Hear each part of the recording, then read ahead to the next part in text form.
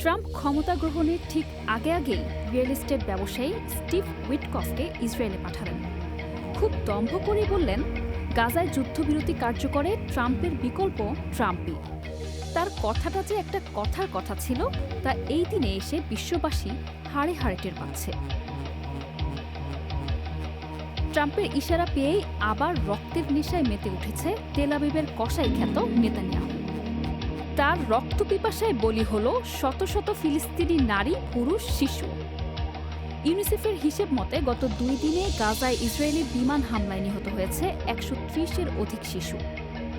Greek পুরাণের lotus ইটারদের মতো Netanyahu বাস্তবতা ভুলে ফিলিস্তিনির ভূমি দখলের নেশায় এতটাই মেতে উঠেছে যে তার হাতে লাখো নিরীহ ফিলিস্তিনির রক্তের গন্ধ লেগে আছে। নেতানিয়াহুকে শেক্সপিয়ারের লেডি ম্যাকবেথের মতো আরবের সব সুগন্ধি দিয়ে হাত ধোয়ালেও তার হাত থেকে রক্তের গন্ধ দূর হবে না। হাজার হাজার ফিলিস্তিনির ভূমি দখল করে হত্যা করে তাদেরকেই সন্ত্রাসী সংগঠন হিসেবে আখ্যা দিয়েছে মার্কিন মদতপুষ্ট ইসরায়েল। যুদ্ধবিরতি চুক্তি ভঙ্গ করে ইসরায়েল গাজার ডি ফ্যাক্টো প্রধানমন্ত্রীকে হত্যা করেছে। সর্বশেষ হিসেব অনুসারে গত সোমবার মধ্যরাতের পর ঘুমন্ত গাজাবাসীর ওপর চলমান হামলায় অন্তত 404 জন ফিলিস্তিনি শহীদ হয়েছেন।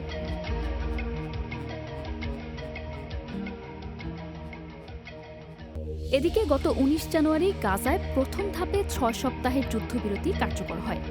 এর মেয়াদ শেষ হয় 2 মার্চ। প্রথম ধাপ শেষ হওয়ার পর 2 মার্চ যুদ্ধবিরতির মেয়াদ সাময়িকভাবে বাড়ানোর বিষয়ে অনুমোদন দেয় ইসরায়েলের সরকার।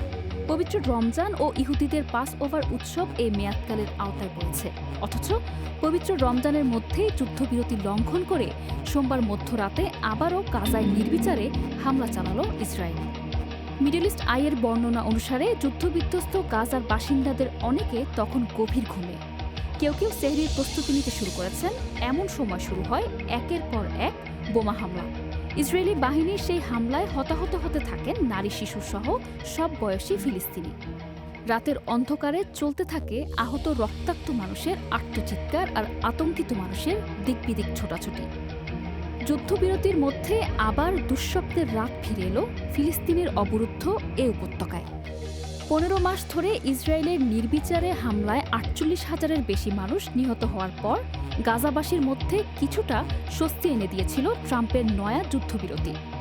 ধ্বংসস্তূপ থেকে ঘুরে দাঁড়ানোর চেষ্টা শুরু করেছিলেন তারা। কিন্তু যুদ্ধবিরতি লঙ্ঘন করে যুক্তরাষ্ট্রের সঙ্গে পরামর্শ করে নতুন করে গাজায় হত্যাযজ্ঞ শুরু করেছে এই বেনিয়ামিন নেতানিয়াহুর সরকার। গাজার দক্ষিণের খান ইউনিস ও রাফা, উত্তরের গাজানগর ও মধ্যাঞ্চলের দেইর আল বালা সহ গাজার প্রায় সব জায়গায় যুদ্ধবিমান ও ড্রোন থেকে বোমা হামলা চালিয়েছে ইসরায়েলি বাহিনী। গাজার স্বাস্থ্য মন্ত্রণালয় জানিয়েছে হামলায় অন্তত 562 ফিলিস্তিনি আহত হয়েছেন। হতাহত ব্যক্তিদের বেশিরভাগই নারী ও শিশু।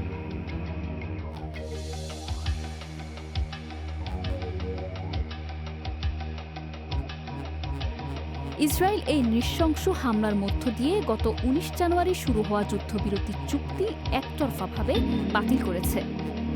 ইসরায়েলের প্রধানমন্ত্রী নেতানিয়াহু ও তার চরমপন্থী সরকার যুদ্ধবিরতি চুক্তি উল্টে দেওয়ার সিদ্ধান্ত নিয়েছে। এর মধ্য দিয়ে গাজায় থাকা ইসরায়েলি বন্দীদের জীবনও অনিশ্চয়তার মুখে ঠেলে দিচ্ছে তারা। ট্রাম্পের মতামত নিয়ে ইসরায়েলের এই হামলায় শুধু নিন্দাই জানাচ্ছে বিশ্ববাসী, যেন আগ্রাসী শক্তির কাছে অসহায় বিশ্ব মানবতা। নিউজ ডেস্ক, একুশে টেলিভিশন।